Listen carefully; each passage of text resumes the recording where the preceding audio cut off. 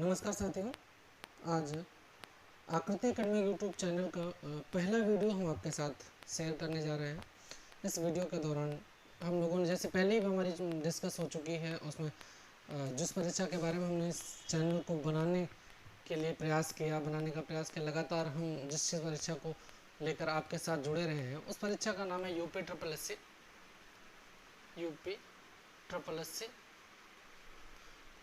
की परीक्षा UPPET 2022।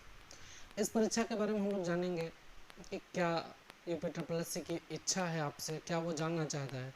UP triple S लगातार एक उत्तर प्रदेश की सभी समूह घ की सेवाओं में साथ साथ आपको विभिन्न प्रतियोगी परीक्षाओं में यूपी ट्रिपल एस का रोल देखने को मिला है गत वर्षों में।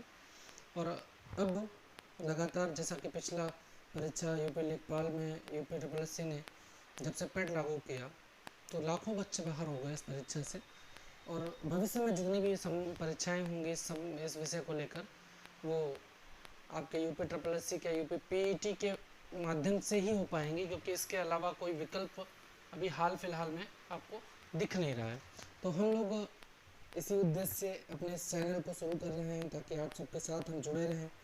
और जैसा कि आप में से बहुत सारे लोग परिचित भी हैं कि मेरा पिछला अनुभव भी आप सबके साथ रहा है। मैंने सामान्य अध्ययन संबंधित विषय पर जितनी भी जानकारी विभिन्न स्रोतों से हमने पढ़ी, जिस भी स्तर से हमने अपनी तैयारी की, उस माध्यम से हमने लगातार आपके साथ जुड़े रहे हैं। तो साथियों, आज हम लोग यूपी ट्रिपल एस के सामान्य अध्ययन सेक्शन की बात करेंगे, जिसको आप जनरल स्टडी भी कह सकते हैं, सामान्य अध्ययन भी कह सकते हैं। इस सामान्य अध्ययन में कौन कौन से सब्जेक्ट आने वाले हैं उनकी बात करेंगे, उनमें किन किन टॉपिक पर कितने कितने नंबर आने हैं, क्या क्या आना है, उस पर हम लोग विस्तृत चर्चा करेंगे। टेम्परेरी तौर पर देखें तो इसमें से मुख्यतः जो मुख्य विषय हैं उनमें से पहला सब विषय जो है आपका वो इतिहास है। अब इतिहास को अगर स्पेसिफाई किया जाए तो मुख्यतः 3 भागों में है। पहला भाग इसका आपको प्राचीन भारत का मिलेगा, प्राचीन भारत। दूसरा भाग आपको मध्यकाल, और तीसरा भाग आपको आधुनिक भारत मिलेगा। कौन सा? आधुनिक भारत। अब आधुनिक भारत में आप स्वतंत्रता संग्राम भी जोड़ा जाता है। ये स्वतंत्रता संग्राम संबंधित सभी चीज़ें इसी परीक्षा में, इसी सब्जेक्ट टॉपिक में जोड़ी जाती हैं। इतिहास की बात करें तो इससे कुल प्रश्नों की संख्या जो है आपकी वो आती है 5 कुल प्रश्न होते हैं, जिनको 5 अंक निर्धारित हैं जिनके लिए। इस प्रकार इतिहास के सभी क्वेश्चन, जितने भी इतिहास के बारे में आप जानते हैं, उसमें से केवल 5 अंक और 5 ही क्वेश्चन आने हैं आपको। अब दूसरा सब्जेक्ट जो इसका है वो आपका आता है भूगोल। अगर भूगोल की बात करें तो भूगोल भी हमें 3 तरीके से पढ़नी होगी। पहली भूगोल जो होगी वो हमें भारत का भूगोल पढ़ना है, ठीक है। चलो, दूसरी भूगोल हमें पढ़नी है विश्व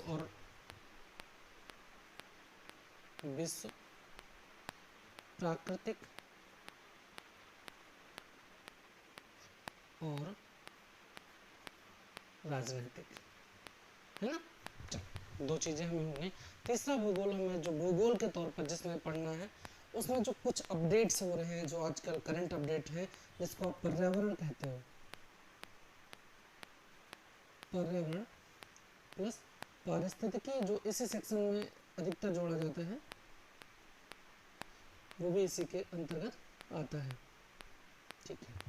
तो भूगोल के बारे में हुआ। अब इसके बारे में अगर हम लोग देखते हैं तो इसमें भी कुल कितने हैं?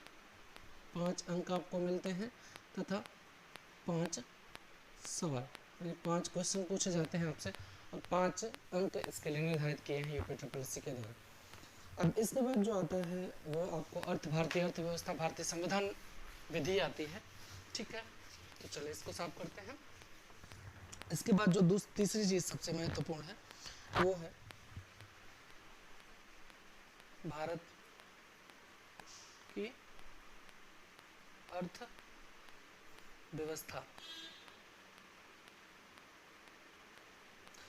और भारत की अर्थव्यवस्था में आपको पूरी इकोनॉमिक्स नहीं पढ़नी है। कुछ लोग लगा जानकारी के अभाव में या किसी भी तरह की ज़्यादा पढ़ने के विचार में रहते हैं तो भारतीय अर्थव्यवस्था को भारतीय इकोनॉमिक्स पढ़ लेते हैं। इकोनॉमिक्स आपको बिल्कुल नहीं पढ़ना, इसमें बहुत मेजर पॉइंट है जिनको आपको पढ़ना है, जिसमें अगर मुख्यतः हम लोग देखें तो सबसे ज़्यादा आपको जो पढ़ना है वो आर्थिक व्यवस्था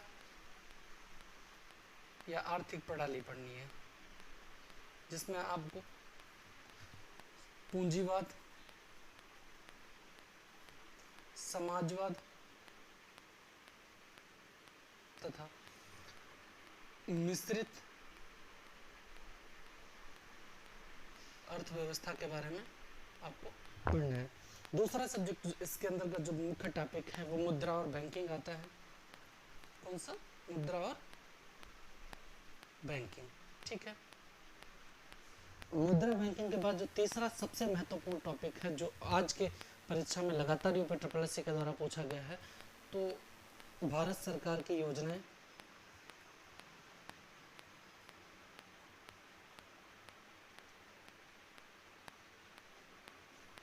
और योजनाओं में खासकर आर्थिक योजनाएं।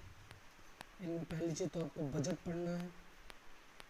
दूसरी समाज कल्याण संबंधित जितनी भी योजना है, कैसे समाज कल्याण संबंधित जितनी भी योजना है, तथा इसके साथ साथ आपको जो मुख्य तौर पर जो मुख्य बात अभी तक हमने देखी है अर्थव्यवस्था के संबंध में जो जो जो पूछा जाता है, तो करंट में जो बैंकिंग व्यवस्था के अंतर्गत जो बदलाव हुआ है, खासकर यूपीआई संबंधित, एनपीसीआई संबंधित, एनबीएफसी के संबंधित में या एग्रीकल्चर नाबार्ड के संबंध में,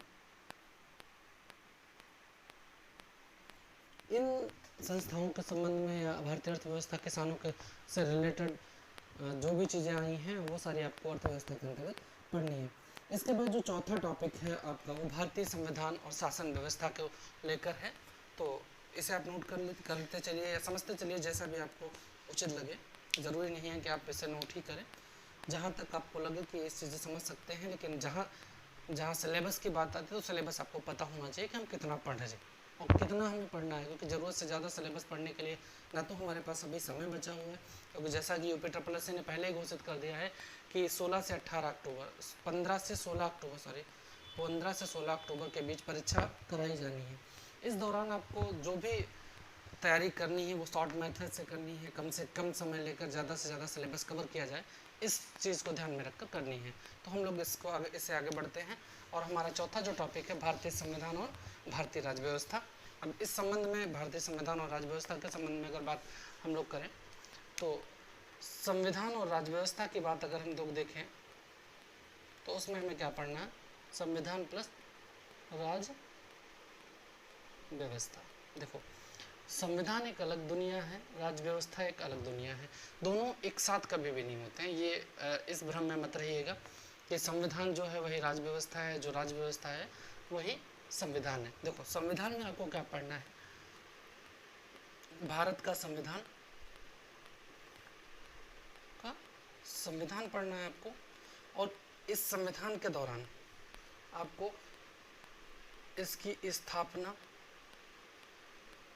गठन प्लस इसका गठन तथा इसका स्वरूप पढ़ना है। दूसरा, कुछ महत्वपूर्ण अनुच्छेद पढ़ने हैं, कुछ पदाधिकारियों का चयन कैसे होता है उनके बारे में जानना है। कुछ के अंतर्गत आपको राष्ट्रपति के बारे में पढ़ना है, आपको उपराष्ट्रपति के बारे में पढ़ना है, आपको लोकसभा के, राज्यसभा के,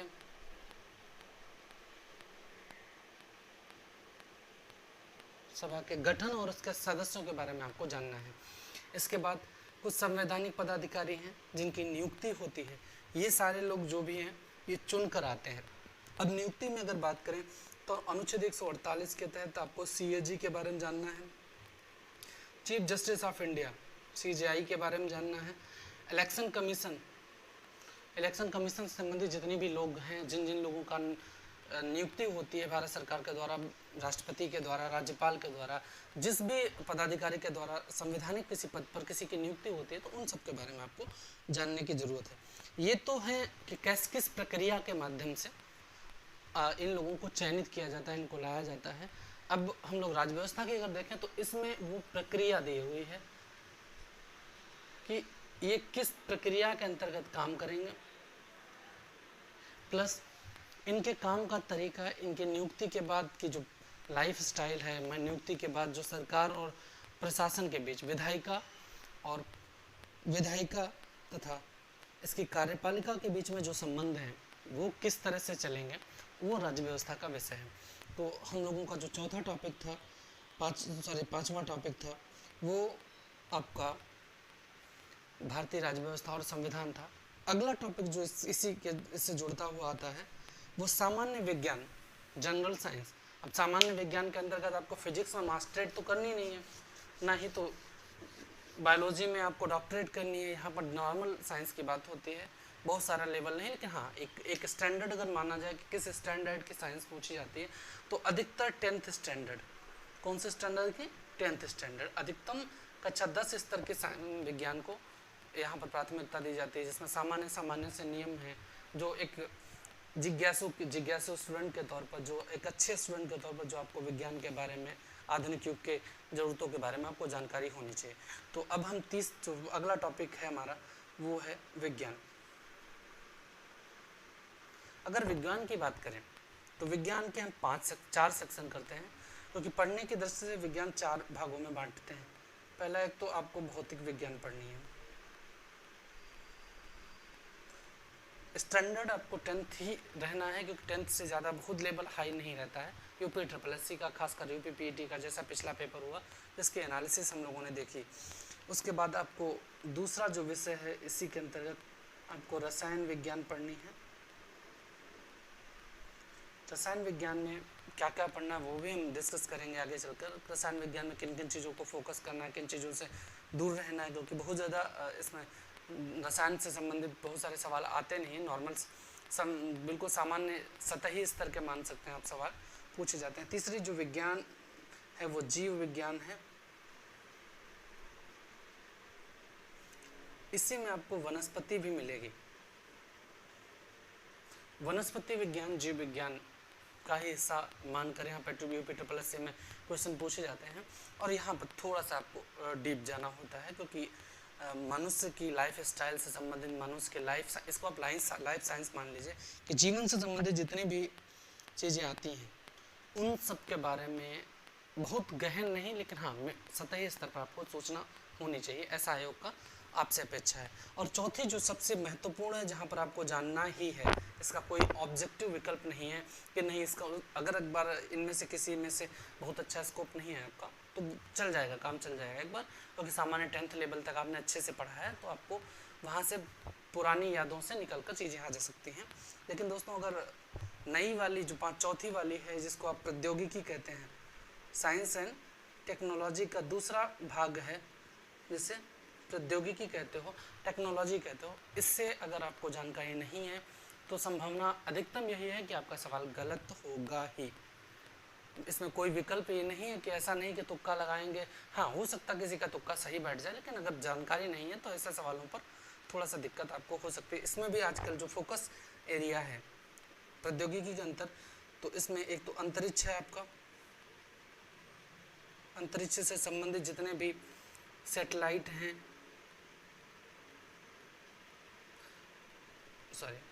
सैटेलाइट हैं, जितने भी मिशन भेजे जा रहे हैं, इन सब के बारे में आपको जानकारी होनी चाहिए। कौन सा लॉन्च व्हीकल किस लॉन्च स्टेशन से कहाँ से कब कितने ग्रह उपग्रह लेकर गया है, और इसमें ज़्यादातर चांसेस इस वाले में, मिशन में और सैटेलाइट में रहते हैं कि आपको पिछला 1 वर्ष का जो ये प्रक्रिया है वो आपको जानकारी होनी चाहिए। दूसरी चीज़ है नवीन खोजें। कोई नवीन खोज हुई है, चाहे वो किसी भी से क्षेत्र में हो, साइंस के क्षेत्र में हो, अगर कोई नवीन खोज हुई है, खासकर ऐसी खोज जो जनजीवन से जुड़ी है, लोगों के लाइफ में कोई चेंजमेंट आ सकता है। तो ऐसी सारी चीज़ खोजों पर भी आपको नज़र रखनी है। और अंतरिक्ष हो गया, नवीन खोजें हो गई, अब आपको मोबाइल फ़ोन से संबंधित जो भी डेवलपमेंट हुआ है, और आजकल आपको सबसे चुनिंदा टॉपिक है 5G, कि 4G का जो दौर था, 4G के दौर से निकल कर हम 5G के दौर में आ रहे हैं धीरे धीरे। तो उसके चलते जो डेवलपमेंट है, उसके जो क्वालिटी पर्सपेक्टिव है, वो सारी चीज़ें आपको जाननी ही होंगी, क्योंकि इसके अलावा 5G के बारे में अगला PAT जो 16-17 अक्टूबर को होने वाला है, संभवतः उसमें से एक आध क्वेश्चन 5G को से संबंधित या से इसके स्पेक्ट्रम से संबंधित सारे सवालों को पूछा जाए। हाँ, एक और टॉपिक है जो जिसे आप AI, आर्टिफिशियल इंटेलिजेंस, कृत्रिम बुद्धिमत्ता, इसको एक और नाम है हिंदी में कहते हैं कृत्रिम बुद्धिमत्ता। हाँ, अगर कृत्रिम बुद्धिमत्ता इसके बारे में जानने की ज़रूरत है, तो आप इसको मोटे मोटे तौर पे यहाँ पर एक बात हम समझ सकते हैं कि ऐसी सभी चीज़ें जो हम सोचकर जिन पर कंट्रोल कर सकते हैं, जैसे मान लो कहीं आप जल्दबाजी में जा रहे हैं, किसी से मिलने जाना था, जल्दबाजी में घर की लाइटें खुला छूट गई। अब आपको थोड़ी दूर जाने के बाद याद आया कि लाइटें सारी खुली हुई हैं। तो आर्टिफिशियल इंटेलिजेंस की जो अवधारणा है, उसमें ये बात है कि आप वहाँ से अपने फ़ोन के माध्यम से या जिस भी माध्यम से, जो भी कनेक्टिविटी, आर्टिफिशियल कनेक्टिविटी है, उसके माध्यम से आप इस जो आपसे गलती हुई है या जिसको आप कंट्रोल करना चाहते हैं या लाइट ऑफ करना चाहते हैं, तो वो आप वहाँ से कंट्रोल कर सकते हैं। दूसरी चीज़, एक आर्टिफिशियल इंटेलिजेंस का सबसे अच्छा जो उदाहरण है वो रोबोट है। आपको जो रोबोट कल्चर स्टार्ट हो रहा है आजकल लगातार, आर्मी के क्षेत्र में, विभिन्न क्षेत्रों में, होटल के क्षेत्र में, रक्षा अनुसंधान के क्षेत्र में, इन सब चीज़ों के लिए जो जहाँ पर मानव के लिए खतरा मानकर गैर मानवीय चीज़ें करवाई जाती हैं, जो मानव के लिए जिनको हानिकारक, जिसमें लगता है कि ऐसे किसी काम में किसी मानव का नुकसान हो सकता है, तो उन जगहों पर आर्टिफिशियल इंटेलिजेंस के माध्यम से रोबोट्स का यूज़ किया जा रहा है। तो साथियों, साइंस में आपको जो पढ़ना था उसको आप इस तरह से पढ़ सकते हैं। इसके अलावा जो आपका, तो साइंस की बात करें अगर, तो साइंस में भी आप, तो साइंस की बात अगर कर रहे हैं हम लोग, तो इसमें भी 5 अंक हैं और 5 ही सवाल आते हैं। तो कुल मिलाकर अब हम अगर देखा जाए तो हमारे पास 5 इतिहास के सवाल हैं, 5 भारतीय राष्ट्रीय आंदोलन से जुड़े सवाल हैं। तो इतिहास में कुल मिलाकर 10 सवाल हो जाते हैं। भूगोल की बात करें तो भूगोल में 5 सवाल, 5 क्वेश्चन आते हैं और उसमें 5 अंक होते हैं। तो इतिहास और भूगोल को मिलाकर आपको 15 अंकों की साझेदारी मिलती है। उसके बाद अर्थव्यवस्था की बात करें तो उसमें भी 5 अंक आते हैं। और भारतीय राजव्यवस्था और प्रशासन संबंधित चीज़ों में 5 अंक आपको मिलते हैं। कुल मिलाकर इस तरह से आपको 25 अंकों की यहाँ पर साझेदारी देखने को मिल रही है। उसके बाद जो साइंस के बाद सबसे महत्वपूर्ण सेक्शन है, उसमें आपको जो मुख्य तौर पर हमने देखा है, उसमें समसामयिकी, जिसको आप करंट अफेयर कहते हो, समसामयिकी, ये 10 से 12 क्वेश्चन इसमें आते हैं। मोस्टली इससे 10 से 12 से ज़्यादा नहीं होते हैं, लेकिन हम मान के चलते हैं कि इसमें 10 अंक आते हैं। तो हम लोगों ने 5 सेक्शन में देखा, 25 अंक हो चुके थे हमारे। अब 10 अंक का समसामयिकी हो गया, तो 25 10 35 क्वेश्चन हो चुके हैं, 35 क्वेश्चन हो चुके हैं, 35 नंबर हो चुके हैं। उसके बाद जो सामान्य ज्ञान, सामान्य अध्ययन के अंतर्गत कुछ ऐसी चीज़ें हैं जो करंट से भी जुड़ी रहती हैं, या मिसलेनियस आप कह सकते हो, इसे विविध भी कह सकते हो। कुछ विविध क्वेश्चन भी आते हैं जो खेल जगत से हो सकते हैं, जो किसी विशेष क्षेत्र से हो सकते हैं। तो इनको किसी सब्जेक्ट विशेष में न रखकर हम लोग विविध में रखते हैं। तो 35 + 5 40 नंबर का हो सकता है, हो गया। अब इसके बाद हम लोगों को जो 10 नंबर है, 50 नंबर के GS में 10 जो नंबर लास्ट के हैं, वो आपको डेटा एनालिसिस से संबंधित होते हैं। उसमें किसी भी सब्जेक्ट से जुड़ा हुआ एक क्वेश्चन, ऐसे क्वेश्चन पूछे जाते हैं जिनमें आपको सटीक आंकड़ा पता हो, ग्राफ पता हो, किसी भी तरह की सामान्य जागरूकता से संबंधित हो सकता है।